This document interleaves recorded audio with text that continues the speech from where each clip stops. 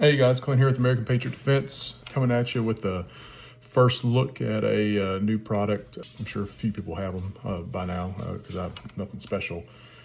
I just haven't seen a whole lot about it. So one of my biggest complaints with the new Gen 6 Glock was the factory trigger. I didn't change it out for the first 3,000 or so-ish rounds because I wanted to see if it would break in a little bit, and I just never felt it break in anything worth noting. So I decided to get the Pontoon Tactical Heisenberg trigger set up. So the full kit install was pretty easy on it. I didn't have to make any adjustments to it. So I got the black and copper safety, clear gun. All right, so black and copper accents on this Heisenberg trigger. So one of my biggest issues with the factory trigger was it was very mushy and not predictable.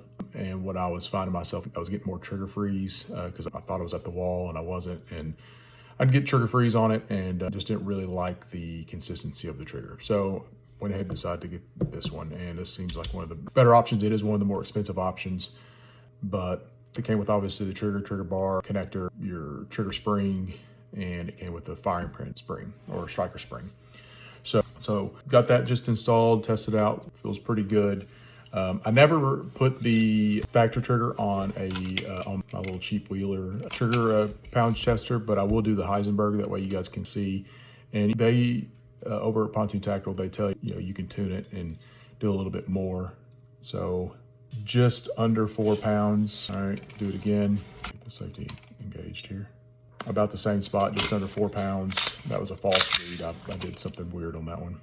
And again, just under 4 pounds. All right, so pretty consistent on the poundage. Definitely breaks a lot better. The take up is way better and a predictable wall. So instead of having all that mush, I have a little bit of a take up, a very predictable wall, and then it breaks. So really like that. I think that's going to be a great improvement. Some other things I got coming for it. I know they're not the best about their QC, but they've got them out and I figure I'd give them a shot. I got a C&H precision mounting plate for my Defender here. Is it needed? I've been seeing a lot of arguments about is a metal mounting plate needed from the factory plastic. I don't 100% know. I know I prefer metal things on this versus polymer. That being said, it's more of a direct mount system. I don't feel a lot of movement with the optic with the polymer one. It's just more of a feel good and to get rid of this gap up here that I'm not a big fan of. I don't like that gap back there.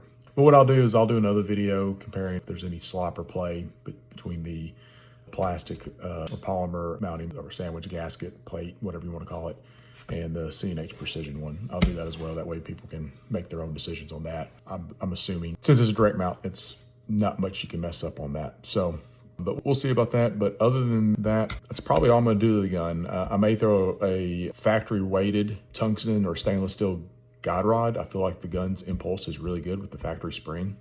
Honestly, I don't think it's oversprung too bad. So what I may end up doing is just doing a tungsten or stainless steel guide rod with the factory weighted spring, just to have a little bit extra weight, because I do carry this gun, but I also do shoot this in competition. So I'm trying to build it around that purpose where it's still reliable for carry and I can use it in competition as well. So I'm not wanting to do a whole lot to it. All right, just want to make sure it stays reliable as it should. But that's all I'm going to be rambling about right now. So I guess we'll see you on the range. Guys, take care.